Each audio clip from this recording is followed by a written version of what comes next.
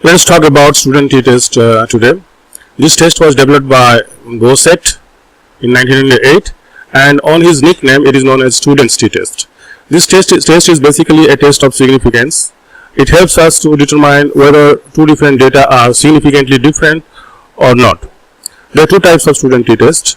One is called paired t-test, and that is also called dependent or correlated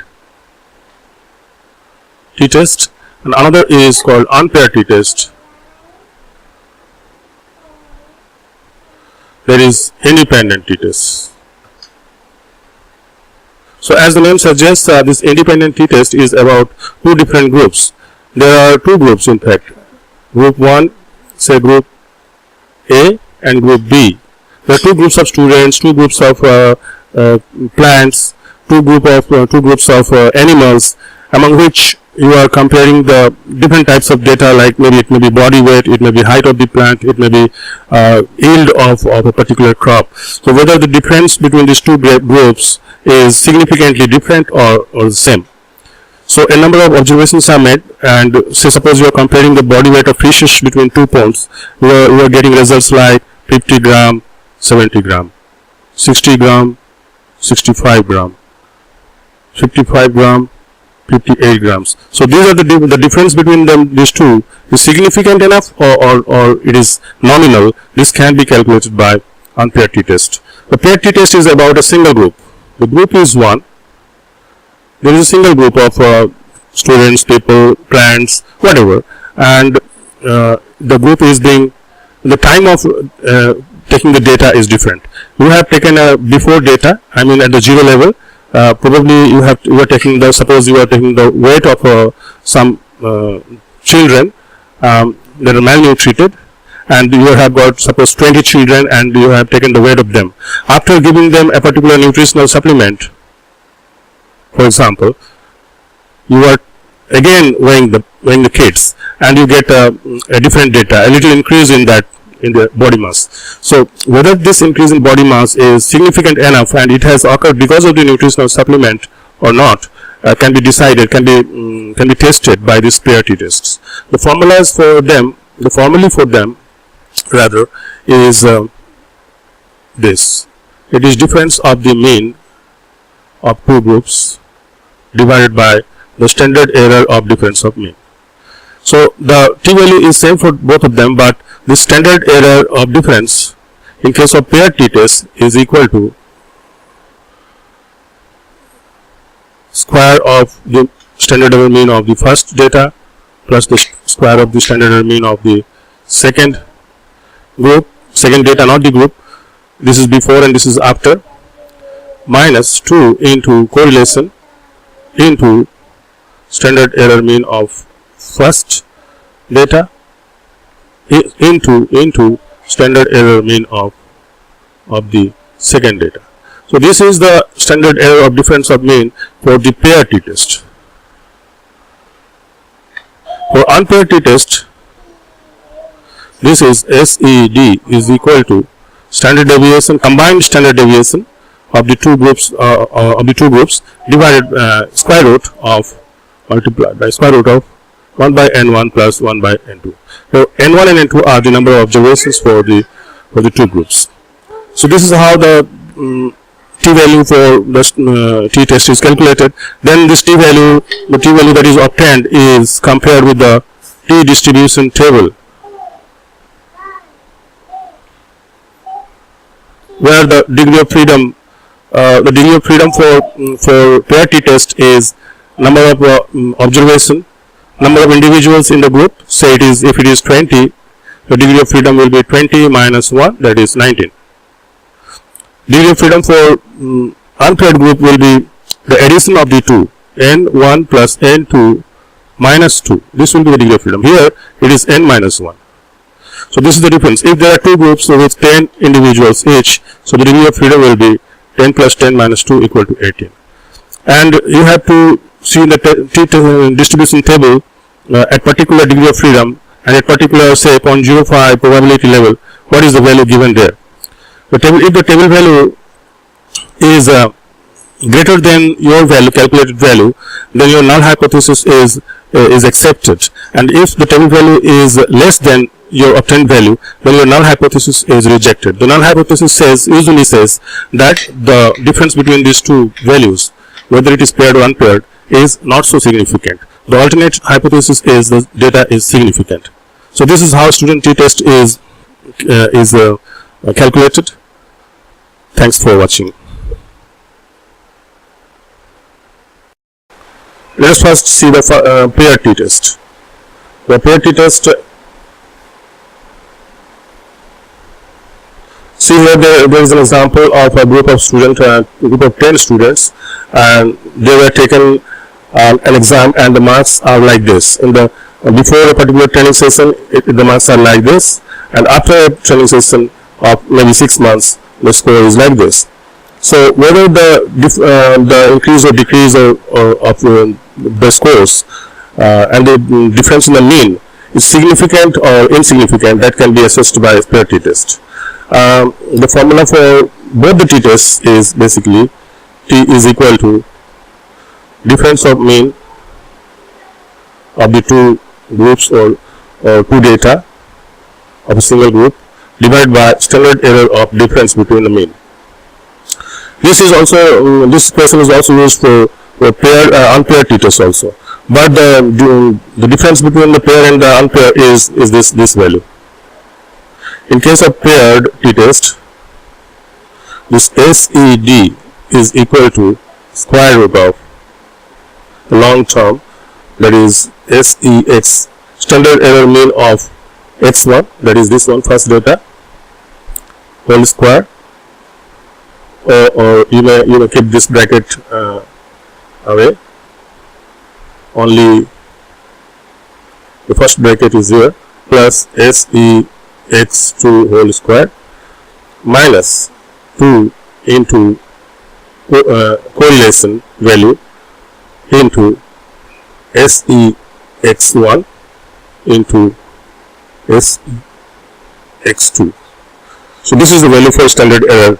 Because here a correlation factor is included, because this is correlated, a single group is there, and whether the training has a positive effect or negative effect, whether it is positively correlated or negatively correlated, so correlation factor is important. As the correlation increases, the t-value will decrease. So this is very important in case of a paired t-test. In unpaired t-test, where the two groups are there, the groups are different and time is same, the value of SED is given as standard deviation square root of 1 by n1 plus 1 by n2. So this is the value of standard error of difference in mean in these two types of tests. Now let us examine using this particular equation, how the value of t-test can be calculated with these two data. Let's clear these all and start the process. The null hypothesis says that the difference between these two groups, the result that is obtained between two groups is not so significant. So it is not so significant. The null hypothesis is not so significant. And the alternative hypothesis is, yeah, they are very, very significant. Now let us prove which of them has to be rejected and which one has to be accepted. See, the formula for this is x1 minus x2, the mean of the two. The first, we should find out the mean first, and then the SED value has to be found out. For that, we saw that we have to calculate the standard error for mean of x1 and also standard error for mean of x2, because this was equal to square root of SEX1 square plus SEX2 square minus 2 into R. So we have to calculate also R, the correlation value, and multiply it with SEX1 into SEX2. So these values has to be calculated. To calculate standard error for x1 or standard error for x2, we have to know the standard deviation also. of both x1 and x2. Standard deviation is represented as sigma x1 and sigma x2 has to be determined, because standard error is equal to the standard deviation, that is sigma, divided by the square root of n, where n is the number of individuals, number of observations. So the number of observations of individual is 10. So this will be the, we have to calculate these things first. So now let us find the mean value of them. The mean is equal to average of this to this, and so the mean of this is also same. The standard deviation for both of them is STDV. It can be calculated by calculating the deviation first and then squaring the deviation to find out the variance, and square root of variance is the standard deviation. It can be tabulated in that way also. Here in Excel you can directly get it like this. Okay, so this is the standard deviation. The standard mean is equal to standard deviation divided by square root of this number of observations that was made. So some error has occurred. We can directly write here 10. Oh no, this is this error. Square root SQRT. So this is the value. Standard deviation of both of the difference. That is this value. This value.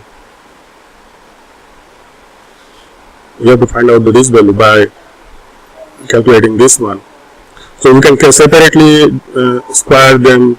We can separately find this value, and we can separately find this value. This value, and multiply them according to the formula given here. So for that, let me align the video crop area.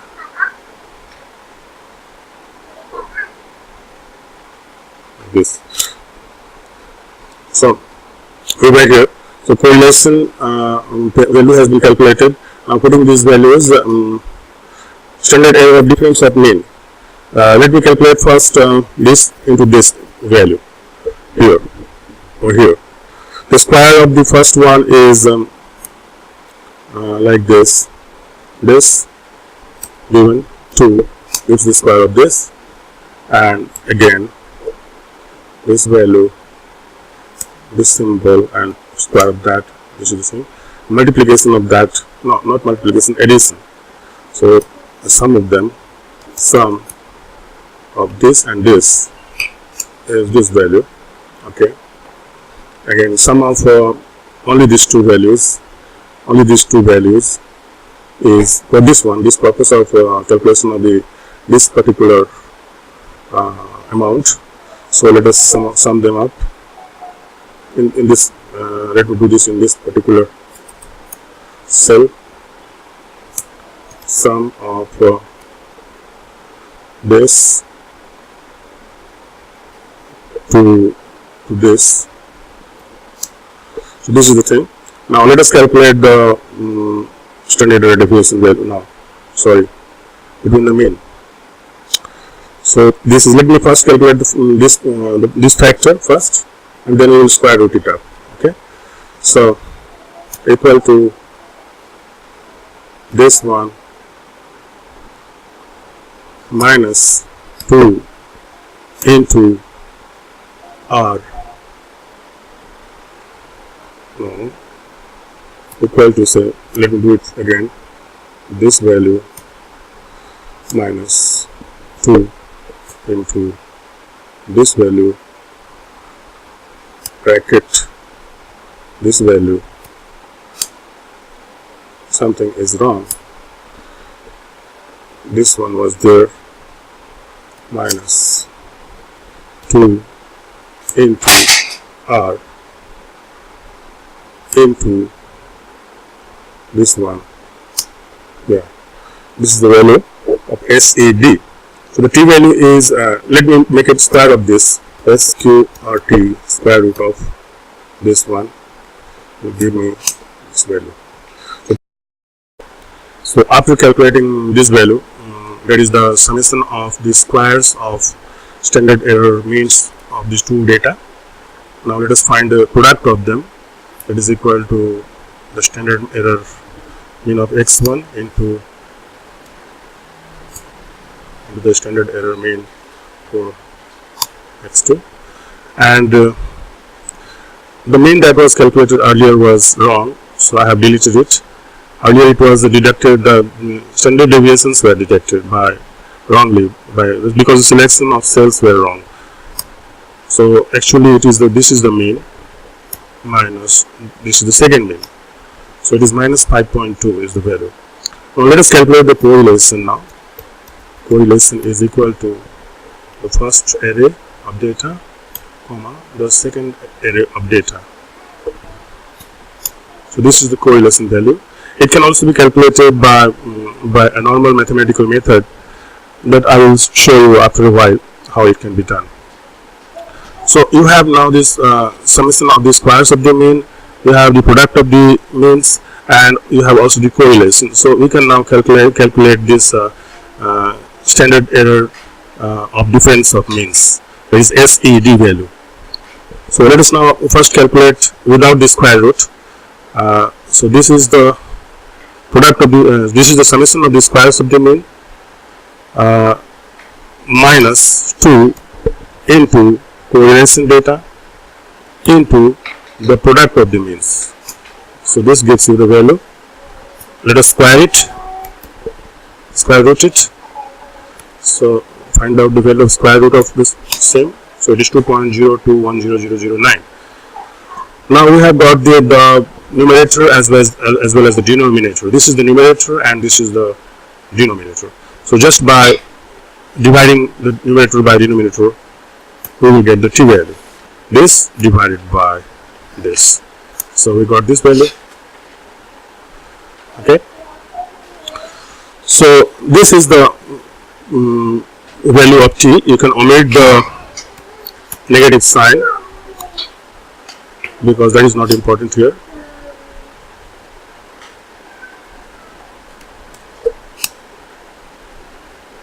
Yes, so the value is 2.572986. 2.57, you can consider that. Now let us compare it with the t-distribution table. The degree of freedom here will be, since there are 10 observations, the degree of freedom will be 10 minus 1, that is 9. So at 9 degree of freedom and at 0.05 probability, the value is 1.883 in the t-distribution. It is 1.883. At t is equal to at alpha is equal to 0.05 and degree of freedom is 9. So since this value is the table value is less than the calculated value, or in other words the calculated value is greater than the table value, the null hypothesis stands rejected. That is the difference between these two groups, the mass difference of mass, and the difference of mass of the mean of the difference of mass is